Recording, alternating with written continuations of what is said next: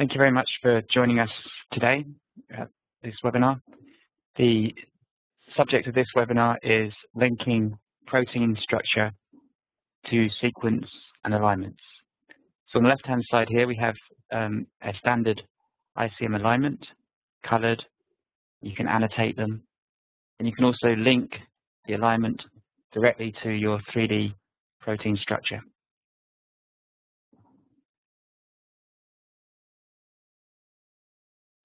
The key topics that we will cover is how to read in sequence data into ICM and how to extract the PDB structure sequence from a PDB file loaded into ICM. Once you have the sequences loaded, I'll show you how to make a sequence alignment. And then the alignment can be edited in the alignment editor. You can use, for example, the cursor keys to shift the alignment along. We can also color the alignment, annotate the alignment, and then we can link the alignment to the protein 3D structure. And this linking enables us to do things like display the sequence conservation in the ligand binding pocket, or color the protein by sequence conservation in the alignment.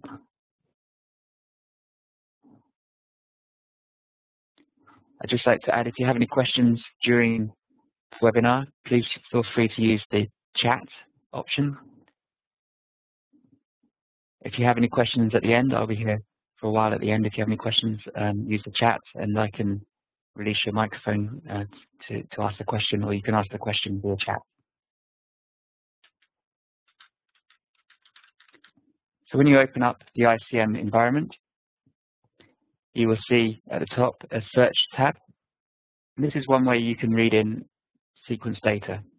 We have a direct link to the UniProt database. So you can drop down, choose UniProt, type your string, your search string, or the UniProt ID, click search, and that retrieves the sequence directly from UniProt. You can see that it's actually annotated by secondary structure, that it's read from the UniProt file. So red is predicted to be or found to be alpha helical, purple non-canonical alpha helices, and green is beta sheet. Another way to read in sequence data into ICM would be to if you have a sequence, you can copy it, or you can copy it from a web page or from a Word document. And then you can go File, New, choose the Sequence tab, and just paste that sequence. Just give the sequence a name. ICM can work out whether it's protein or nucleic acid, but you can define it here if you wanted to. And just go OK. And that will add another sequence to your ICM workspace. Another way would be to read in a structure, a sequence in FASTA format. So you would go File, Open. Let's have one already there, and then that reads in the sequence. So now we have 3 sequences in our ICM workspace. Another way to read in sequence would be to read the PDB sequence. So if we load a PDB file, so I went to go to search, choose PDB search, and this is a direct link to the PDB database. Type in the PDB code or a search string, click here. It's going to display the background in white. So here we have a kinase structure, and we can extract the PDB sequence directly from here. So we can right-click and on the chain, the protein chain, and choose Extract Sequence. And you see that we now have this little icon here, which tells me that this A subunit of this protein is linked to this sequence 2PHK_A. So these two are linked. So if I make a selection in the sequence, in the here, they're both linked. It also tells me here the UniProt code for this protein, so you could read in the sequence from UniProt here. So just going to load another one, another protein, 1QL6. Okay, search. And the same with this one, I'm just going to extract the sequence from this protein file. So right click on the sequence, choose extract sequence. Now we have 5 sequences in the section of the ICM workspace called sequences. And we're going to link, we're going to make an alignment in a minute, but we're going to link the sequences to the structure. So I'm just going to superimpose these 2 kinases. So as we did in the previous webinars, you can select one, double click, and then hold Control and select the other one. This can be done in a free ICM browser. Go to Display tab and click on Superimpose. And it asks you which one you want to be static. Just go OK. So like that. And so they're superimposed. We can just color each ribbon by object. So you click and hold on the ribbon, go color by object. This will give each one a unique color. The superimpose button can also be used to superimpose any region of your protein. So you could right click and drag over this loop, for example, region, and you can superimpose here. Or you can do the same, obviously, for the ligand binding pocket and other things. Okay, so we have our sequences here, which we're going to superimpose. I'm just going to add a couple of other sequences just to make the alignment a bit bigger. So go to UniProt and add some other kinase structures, sequences.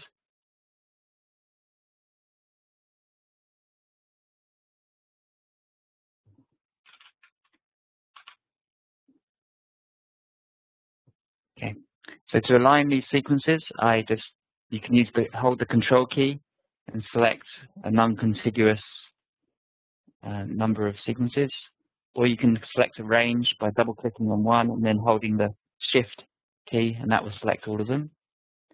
I don't want this fragment one included, so I'm just going to hold Control and remove that. Then to make the alignment, we right-click on the selection and choose Align Sequences. And then at the bottom of the workspace, we will see the alignment that we just made. So we have the names of the sequences here and the alignment. Now we can see that the protein structure 2PHK is linked to the sequence 2PHK_A, and it's also linked to our alignment, which is called ALN. So these are linked. And these are linked. So if I right-click and select here, you see that the protein sequences are selected here as well, and vice versa. If you select in the alignment, that's transferred to the protein structure. Okay, so if we wanted to edit this alignment, maybe we're not happy with this loop region here, we can shift the alignment by using the cursor keys left and right. Yeah. So you can move any sequence into a space. So if you have a space here, you can shift this along like this, for example. Or if you have a bigger space, you can shift whole chunks by selecting it and then using the cursor keys. Okay. We may be interested in a particular region of our alignment. So For example, we may be interested in the glycine-rich loop.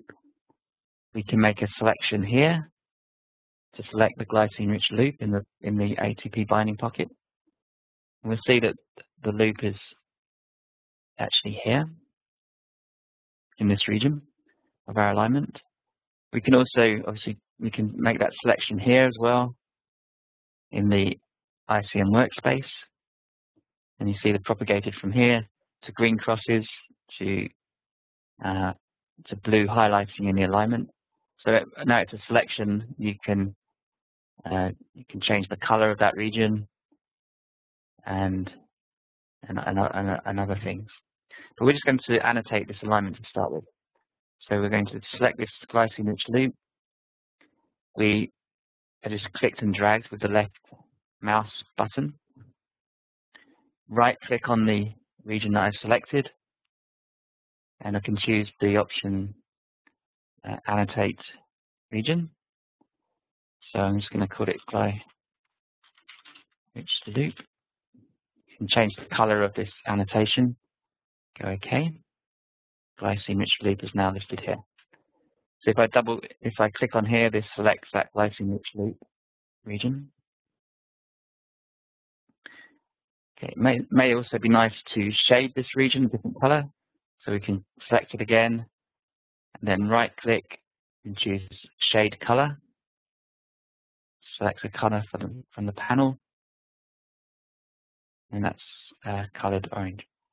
We can select that region again and change the font color.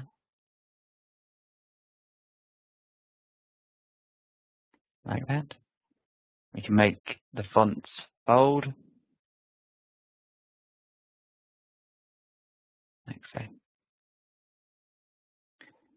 We can also box certain regions. So if we're interested maybe in the DFG region, we can right-click on the alignment and choose Search in Alignment, choose DFG, and we see that obviously is conserved fully in all of our kinases. So we can box that DFG region by selecting it, right-click, and draw box. That's a red box around that region. There's other coloring. You can choose multiple coloring.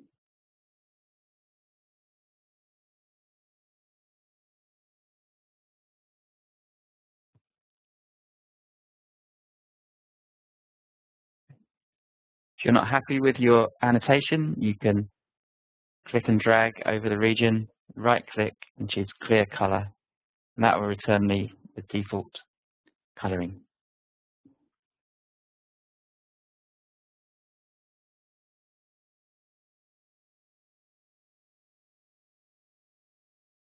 So these are all options that are found in the right-click button when you make a selection. There are other options if you right-click and in a white space, but we'll show that in a minute. We can also select a region and choose to hide it. For example, we may not be interested in the N-terminal because there's not a great deal of sequence coverage there for all these. So we select the region, we right-click and choose Hide. Now our sequence is a bit shorter, easier to manage. So we just start at the N-terminal where the protein begins. We can also we may be interested in the numbers of all these residues. So we can right-click and choose Residue Number Table. That tells you what number. So this is residue number 1 in this sequence from 1QL6, and it's residue number 212 in CHK2 human sequence that we downloaded from UniProt. Likewise, you might be interested in the residue number table. So you can choose either of these options, and that gives you the residue number for these residues. You can also cut a region, so if you wanted to cut the glycine-rich loop out of the alignment into a new alignment, it doesn't actually remove it from the first one, it just makes a new alignment. So you can cut selected alignment block, And here we just have that glycine-rich loop in a new alignment here. But this alignment is not linked because to the structure, because these structures are only linked to this alignment ALN. But if we wanted to transfer the link from ALN to ALI1, you select the protein, you go to bioinfo, and then there's an option called link to structure, and then you can just use the drop-down option here to select that link, to select the other alignment. Okay.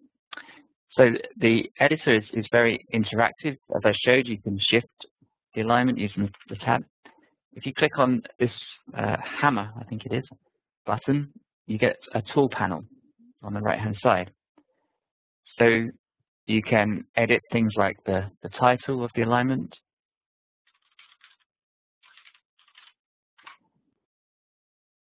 You can choose to display or undisplay the consensus line shown here. We also have an option called profile, which shows for example here, alanine and lysine are fully conserved, so you have a big K. Here the valine is kind of semi-conserved, so it's slightly bigger than the other letters. So it just gives you an easier way to find where the conserved residues are. We have the option to undisplay or display the sequence offset here. Just toggle. You can display the ruler, which has the numbering shown here. You can display the ruler for a particular sequence. So 1QR6. You can shift the sequences around in your alignment by clicking and dragging them to different places in the alignment. So if you're making a homology model and you maybe want your target sequence on the bottom, your query sequence, or your template sequence on the bottom, you can shift it there. Okay. You can choose to toggle comments on and off. We haven't got too many comments. You can make, as I showed earlier, you can make comments by right-clicking and annotating regions. There's also when you read a sequence from UniProt, it comes with a number of all the sites that are listed in UniProt are automatically read into ICM. So you can display all the sites, for example, here. This region's the ATP binding region, for example. These are all clickable. So it's transferring the annotation directly from UniProt onto your alignment.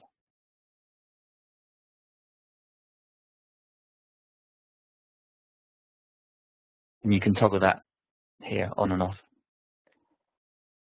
You may be interested to see the tree, the phylogenetic tree. So if you click here, you see the tree. You can say tree only, and then you just have your tree, so you can change the distance of the alignment. You can see the tree changing.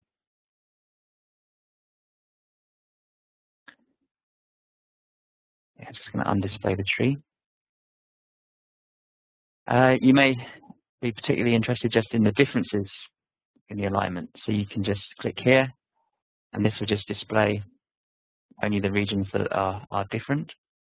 Where they're fully conserved, they're just dots. You can also highlight that you can undisplay unaligned the sequence as well. There's horizontal scroll. At the moment we're vertically scrolling, but you may find it easier to use horizontal scroll. So your alignment is shown here horizontally.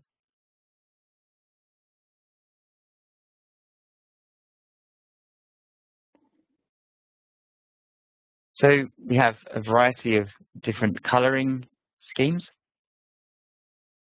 So we can choose, for example, conservation, and so there's a variety of different. You can change it as you wish. But here, fully conserved are dark green, semi-conserved are sort of pink, yellow to pink. We can propagate this coloring directly to the 3D structure. So if we click on here, this is displayed in ribbon, so we're coloring the ribbon. Click and hold on the ribbon button and choose color by alignment. You can see that the coloring here is propagated to the structure. So it's an easier way to find out where your conserved regions are. So if we change the coloring,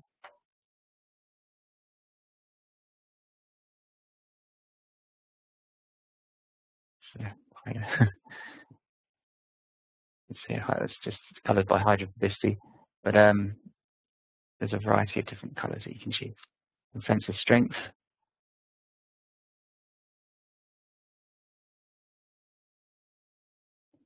And if you shift the alignment along, if you're shifting the alignment, the coloring will change automatically with that change.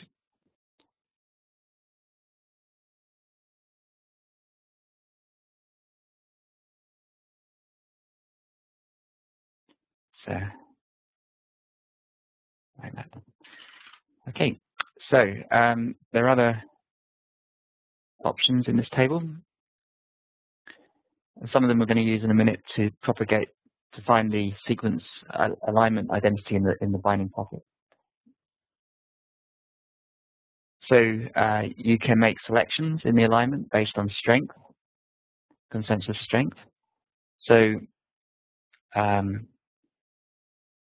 if we put 0, if we move the strength down to 0 and we chose select, this will only select fully conserved residues.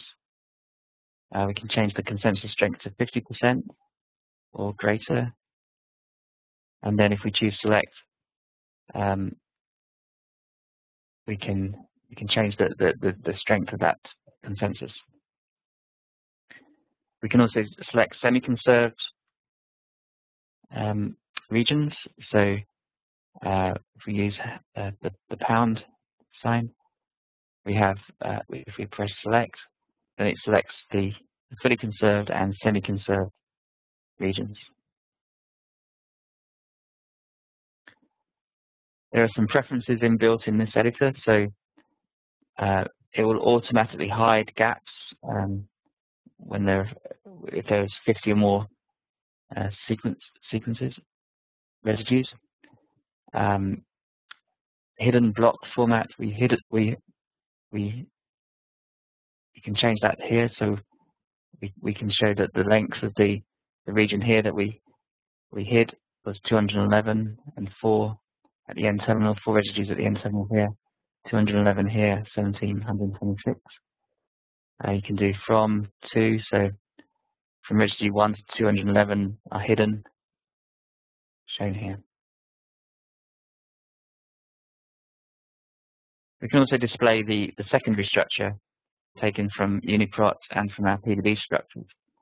So beta sheet regions are green arrows, non-canonical alpha helices are purple, and alpha helices are red.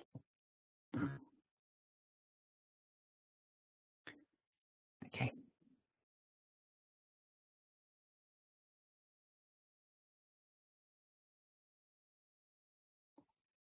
Right. So in this example, we have 2 kinases, and we want to see what the sequence identity is like in the ligand binding pocket. So everything is linked, so we can display we can, for example, show the ATP ligand in this structure. It's the ATP molecule. If we right-click on the ATP here and choose select neighbors, that selects the neighbors graphically here, and also you can see that the selection in our two protein structures is also here. Just to display the residues around the binding pocket, we can press this R button that propagates the selection to all atoms in the residue. So if we press on the stick button, we have every atom in that residue. Because sometimes when you make a spherical selection, you only hit maybe the backbone atom of one of the residues, and this will propagate it to all.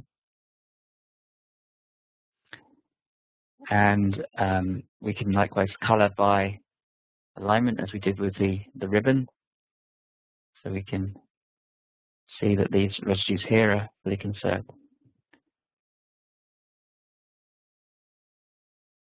So at the moment, only the protein structures, the sequences from the protein structures have been selected. So we can propagate our selection in the alignment here to all sequences in the alignment by clicking on Propagate to All Sequences button here.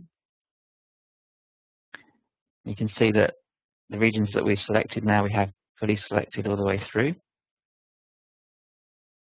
Now I just want to see an alignment of the residues in the binding pocket. So to do that, I'm going to select everything outside the pocket. I choose Invert. That's selected everything outside the pocket in the structure as well as in the alignment. I'm just going to press Hide. And you can see now that we're just left with the residues directly in the pocket. So we have a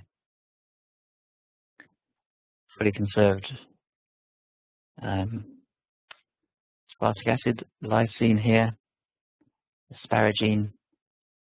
And these are all directly in contact with the ATP molecule. So it's just an easier way of seeing your conservation in the binding pocket.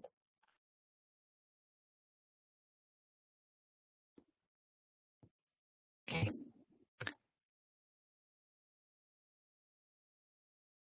So to get your alignment back, we just press Unhide, and that displays the whole alignment here. You may also, if you have a selection, if it's like maybe a non-contiguous selection like the binding pocket, there's an option called Highlight Selection, and that flashes just to make it easier to find the region that you've selected in your alignment. Especially if you've got it's not a very big alignment. So, but in some cases you have many hundreds of sequences. So that's the option Highlight Selection. Yeah. Okay. So we may also be interested in, we could build a surface of this kinase, of one of the kinases. I'm just going to do it for this one. Go Meshes, choose Plane Solid, make the surface. And then we can color this surface by fully conserved residues and semi-conserved residues. So press Select. As before, selections are made. And then, because we made this, let's clean this up a little bit. Because we made a selection, we made the mesh. We have a mesh displayed here in the ICM workspace. This is so we can toggle that on and off.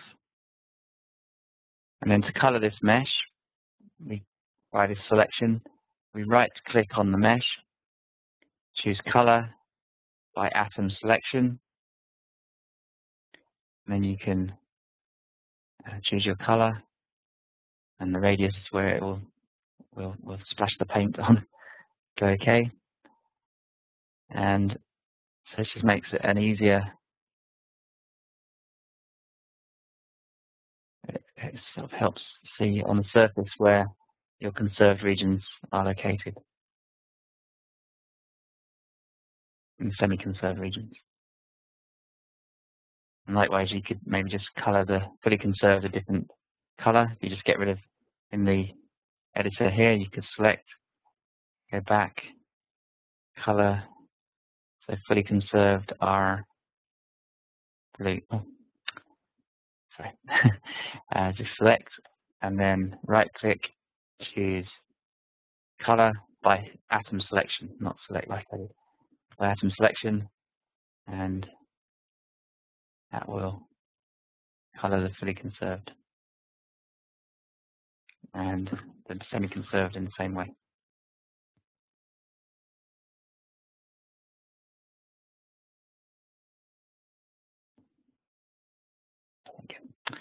Okay, anyway, you get the idea. So that's the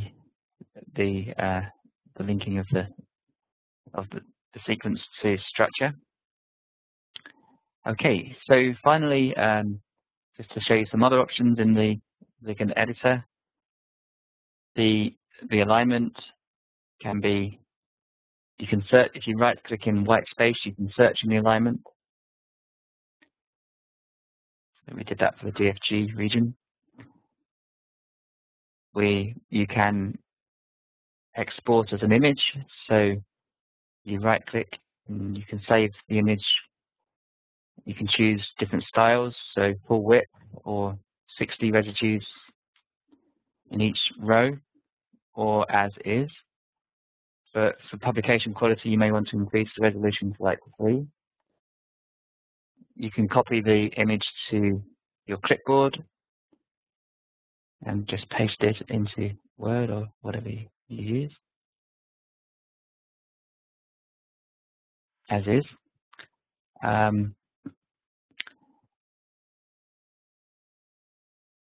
As we showed before, you can use this option also to change things like the font. You can hide gaps easily, show gaps, and compress gaps.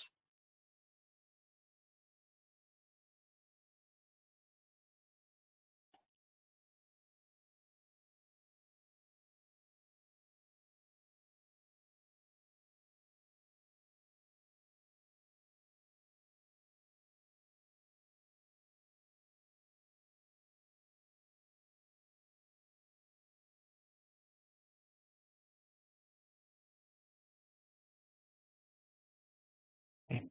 So finally, just a couple of other things related to sequences. If you read in a PDB file, you might be interested. It might be important to know that the amount of the sequence level, what sequence level the structure has been solved at. So you may have regions where the occupancy is 0, so there'll be gaps in the sequence from PDB compared to the UniProt sequence. So we have inbuilt into ICM, whenever you read in a protein structure, you can right-click and then go to UniProt and Construct, and you can compare the UniProt sequence with the Construct sequence from the PDB. So in this example, with 2PHK, it's only really missing the N-terminal residues and the C-terminal region. The rest is, so it's a pretty well resolved structure. There's no gaps between your PDB structure and the UniProt structure. There's no mutations or anything like that. So it's an easier way to quickly spot where there's a mutation or where there's 0 occupancy. And finally, I've shown, like last week, I showed that you can also do BLAST searches directly inside ICM. So you go to Search tab, click on BLAST, and then you can choose to search the whole UniProt or sequences from the protein data bank, and maybe find a template to do molecular modeling with. That takes a few seconds to run. So it's BLAST searching the NCBI database, and you get a fully interactive table which shows the coverage of your query sequence against, in this case, we're looking at the protein data bank, so you can see that's very good coverage with these structures. So if you click on one, region here, it goes directly to the table of results, and you can load the sequence by double-clicking on the sequence. You can also load the alignment between your query sequence and the sequence from UniProt, from the NCBI database. Okay, so that really covers most of the sequence and alignment tools. If you have any questions, please feel free to use the text or email me after the workshop, after the webinar. There's my contact.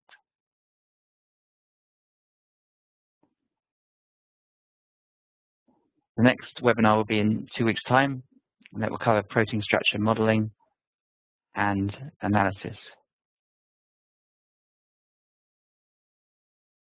So the key things we'll be looking at there are how to use the homology modeling menu to build protein structures, how to analyze the structures, for example, using protein health, how to compare your structure with Ramachandran plots, and measuring distances, angles, contact areas, also how to make mutations and see the stability of the mutation on protein binding and protein stability, and some other, and also loop modeling as well, using the model mechanics menu and design loop, and there's a loop modeling option here as well. So thanks very much.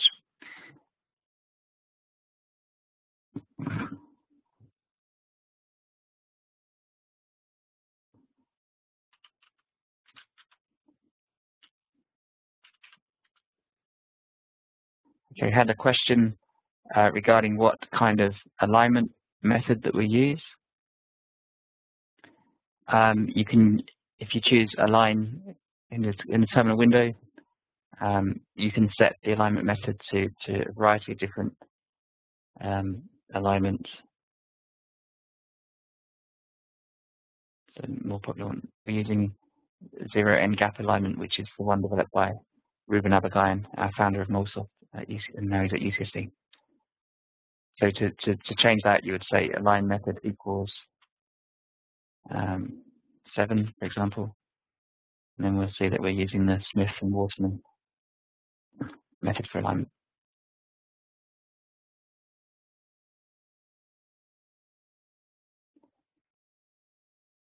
And if you have, for example, a cluster W, you can alignment, you can read that into ICM by file, open, and you can choose the alignment here.